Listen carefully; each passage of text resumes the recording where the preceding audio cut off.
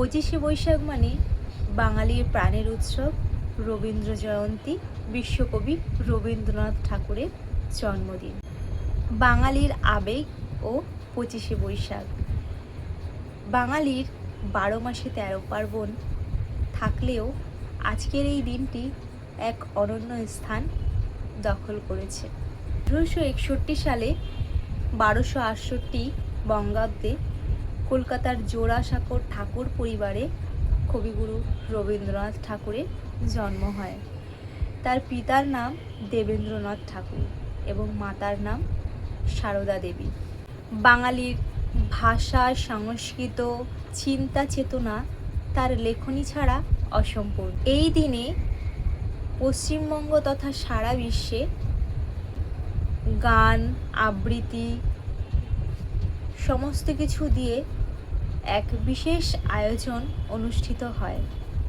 এমনকি তার স্মৃতি বিজড়িত শান্তিনিকেতনেও পবিত্র ও নিষ্ঠার সাথে তার এই আয়োজন করা হয়। রবীন্দ্রনাথ ঠাকুর কেবলমাত্র কবি ছিলেন না, তিনি ছিলেন একধারের ঔপন্যাসিক, নাট্যকার, প্রবন্ধিক, চিত্রশিল্পী ও দার্শনিক। তার এই সৃষ্টি আমাদের জীবনের প্রতিটি মুহূর্তের সাথী। তিনি প্রথম এশীয় হিসেবে 1913 সালে নোবেল পুরস্কার পান। আনন্দ বিরহে তার গান আমাদের আশ্রয়।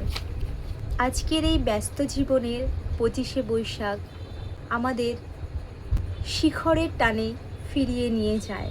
আমরা উপলব্ধি করি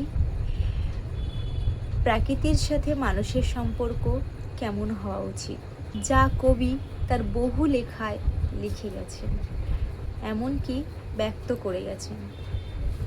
তো মোর নাম এই বলে খ্যাত হোক, আমি তোমাদেরই লোক।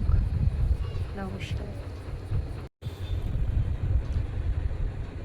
আমারও পরানো যাহা চাই, তুমি তাই, তুমি তাই গো। আমারও পরানো যাহা চাই, তোমা ছাড়া রে জগতে মোর কেহ নাই, কিছু নাই গো। আমারও পরানো যাহা চাই,